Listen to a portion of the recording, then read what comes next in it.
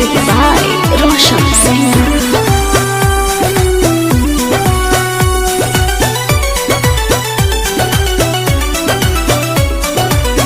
रोकन होले good feel आएगा, good feel आएगा, गुड फील आएगा, गुड फील आएगा। मैं हूँ भोजपुरिया लौंडा, ए छमिया कमर हिलाई ले रे। मैं हूँ भोजपुरिया लौंडा, गुड फील आएगा। मैं हूँ भोजपुरिया लौंडा, गुड फील आएगा।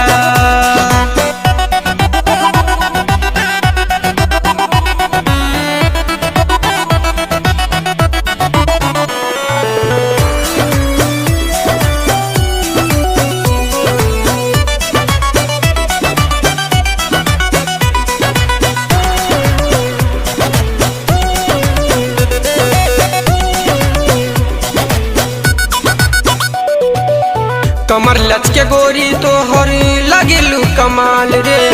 गोरे बाबा दनिया तोहर हई बेमिसाल रे।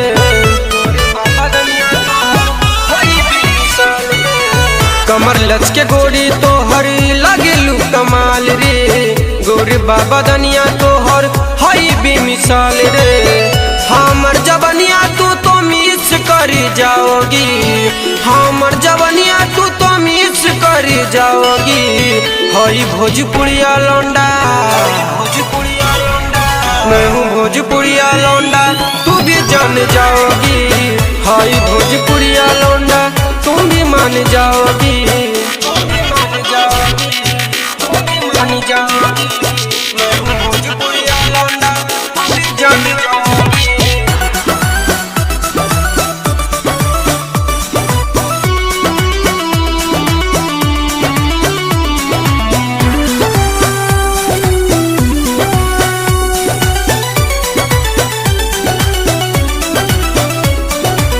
नैना कजरा रे तोहर हई बा गुलाबी गाल।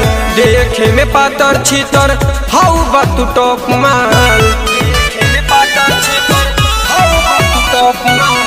नैना कजरा रे तोहर हई बा गुलाबी गाल। देखे में पातर छितर हाउ बा तू टॉप माल।